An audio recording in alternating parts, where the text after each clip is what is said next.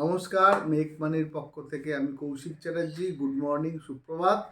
গতকাল আপনারা দেখেছেন যে নিফটি একটা অসাধারণ একটা মুভমেন্ট দেখতে পেলাম। আপনারা স্পেল বাউন্ড করার মতো মুভমেন্ট। সকালবেলা প্রথম দিকে একটা লো ভাঙার চেষ্টা করলো আগের দিনের, তারপরে একটা ম্যাসিভ র্যালি দিল।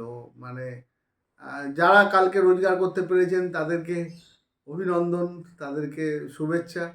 আর যারা কালকে নিফটিতে যারা অপশনে কাজ করেন বা ফিউচারে কাজ করেন, যারা তাদের মধ্যে কেউ স্টপ লস দিয়ে বেরিয়ে আসতে পেরেছে তাদেরকেও গুড লাক।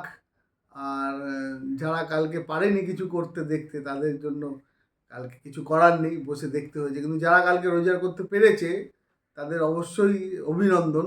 একটা ম্যাসিভ মুভমেন্টকে তারা দেখতে পেয়েছে। এবং এটা যারা ডেটা অ্যানালিসিস রানিং মার্কেটে করেছে অনেকেই তারা সাকসেস পেয়েছে, আমাকে কালকে অনেকেই জানিয়েছে এরকম। যাই হোক, আমরা আজকে যেখানে এসেছি নিফটি, আমরা বলছিলাম যে বারবার এই সপ্তাহের মধ্যে যে 24,450 থেকে 500-র উপরে যদি ক্লোজিং থাকে উইকলি বেসিসে, তাহলে একটা নতুন আপসাইড মুভমেন্ট দেখা যেতে পারে। এক্ষেত্রে দেখা যাচ্ছে আজকে কিন্তু আরবিআই মানিটারি পলিসি আছে, আজকে অবশ্যই মার্কেট এবং অবশ্যই ইন্ডেক্স এবং ফাইন্যান্স সেগমেন্ট অনেক ভোলাটাইল থাকবে। কিন্তু আজকে নিফটি যে জায়গায় আছে, যদি এখানে ক্লোজিং দিতে দেয় তাহলে অবশ্যই একটা নতুন আপসাইড মুভমেন্ট দেখতে পাবো। এবং 24,800 এইটাকে যদি ভাঙতে পারে তাহলে অবশ্যই 25,000 প্লাস একটা নেক্সট ফেজের একটা মুভমেন্ট এক্সপেক্টেড। আর যদি আজকে ক্লোজিং দেয় এই জায়গায়, অবশ্যই সেটা ভালো হবে বলে আমাদের মনে হচ্ছে চার্ট অ্যানালিসিস করে। আজকে আমাদের নিফটি ডেলি লেভেল দেখেন, জয়দীপ সিনহা, উনি ওনার লেভেলগুলো নিয়ে অনেকের হয়তো প্রশ্ন অনেকে করেছে আমাদেরকে, যে এত ছোট ছোট গ্যাপের মধ্যে লেভেল দিচ্ছেন বা কিভাবে। এখন আমরা এই লেভেলগুলো নিয়ে একটা স্যাটারডে বা সানডেতে একটা ডিটেলস কিভাবে লেভেলটাকে ধরে কাজ করতে হবে সেটা নিয়ে আমরা একটা ভিডিও করব। তো আপাতত আজকে উনি যে লেভেলগুলো পাঠিয়েছেন সেটা একটু ডিসকাস করে নিই। সেটা হচ্ছে নিফটির আজকের রেজিস্ট্যান্স ওনার হিসেবে 24,744, first resistance, second resistance 24,784, third হচ্ছে 24,814, আর সাপোর্ট হচ্ছে 24,684, সেকেন্ড সাপোর্ট 24,644, তারপরে 24,616। আর ওনার হিসেবে ক্রুশিয়াল লেভেল হচ্ছে অ্যাবাভ 24,824 উপরে হচ্ছে সাস্টেন করলে সেটা ভালো মুভমেন্ট দেবে। এবং যদি 24,606 নিচে থাকে তাহলে একটু নিচের দিকে মুভমেন্ট হবে বলে ওনার মতে। এবং এই দুটো খুব ইম্পর্টেন্ট লেভেল, 24,824 এবং 24,605। এবং আজকে মনে রাখবেন 10টার সময় আরবিআই মানিটারি পলিসি আছে। এবার আমরা যদি একটু গতকালকের পজিশন দেখি, গতকালকে দেখা যাচ্ছে যে এফআইআররা ফিউচারে প্রায় 24,000 কোটি শর্ট ওয়াই রিডিউস করেছে এবং স্টকে প্রায় 8,500 কোটি বাই করেছে। ঠিক আছে, তো এখানে এফআইআর ডেটা কিন্তু একটা পজিটিভ মুভমেন্ট বলছে, এফআইআর পজিশন বাড়াচ্ছে এবং বোথ ফিউচার এবং ক্যাশ সেগমেন্ট দুটোতেই। ঠিক আছে, তো এটাও একটা পজিটিভ ব্যাপার এফআইআর ডেটা অনুযায়ী, যদিও এগুলো সবটাই মিলিয়ে মার্কেট আলটিমেটলি কী করবে সেটা মার্কেটই জানে। এবং আমরা গত এই সপ্তাহ ধরে যে সমস্ত স্টক বলেছি তাদের মধ্যে গতকাল যে শেয়ারটা বলেছিলাম সেটা আমাদের গতকাল আমরা যে স্টকটা বলেছিলাম সেটা হচ্ছে সোনা বিএলডাব্লিউ। সোনা বিএলডাব্লিউতে আমরা বলেছিলাম 684 টাকার উপরে যদি সাস্টেন করে চলতে পারে তাহলে শেয়ারটাকে ফলো করে নেওয়া যেতে পারে। কিন্তু কালকে ওপেনিং হয়েছে 692.70, ওপেন হাই সেম করে কারেকশান দিয়েছে।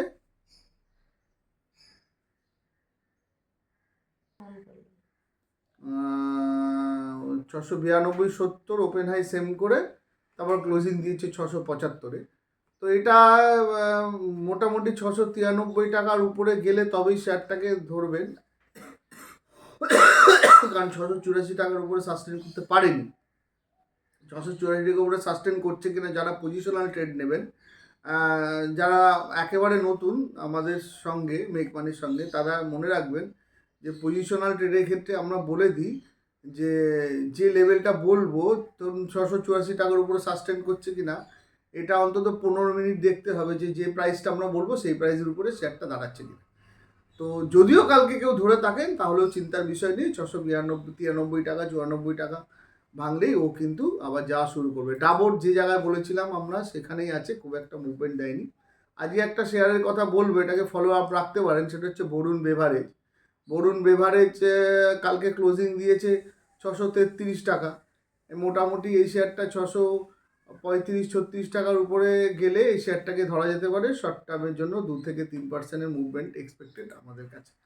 এছাড়া আর কয়েকটা শেয়ারকে আমরা ফলো করার জন্য আজকে সাজেস্ট করছি, কিন্তু যদিও আজকে মানিটারি পলিসি আছে, সেই কারণে আলটিমেটলি মার্কেট এই ব্রেকআউট লোয়ার লেভেল থেকে যে ব্রেকআউট 24,500 উপরে ব্রেকআউট দিতে পেরেছে বা গেছে, এই জায়গাটাকে ধরে রাখতে পারবে কিনা ফার্দার 25,000 প্লাস ফেজে ঢুকতে পারবে কিনা, সেটা আজকে মানিটারি পলিসির উপরে অনেকটা নির্ভর করছে এবং সেটাকে কিভাবে মার্কেট অ্যাবজর্ব করে, এই অ্যাবজর্ব করার বিষয়টা খুব গুরুত্বপূর্ণ। তাই আজকে ট্রেডিং করার ক্ষেত্রে কিন্তু খুব, যারা ট্রেডার তারা কিন্তু সাবধানে ট্রেড করবেন। এছাড়া আর দু একটা শেয়ারকে ফলো রাখতে পারেন, এটাকে খালি ফলো রাখার জন্য বলছি।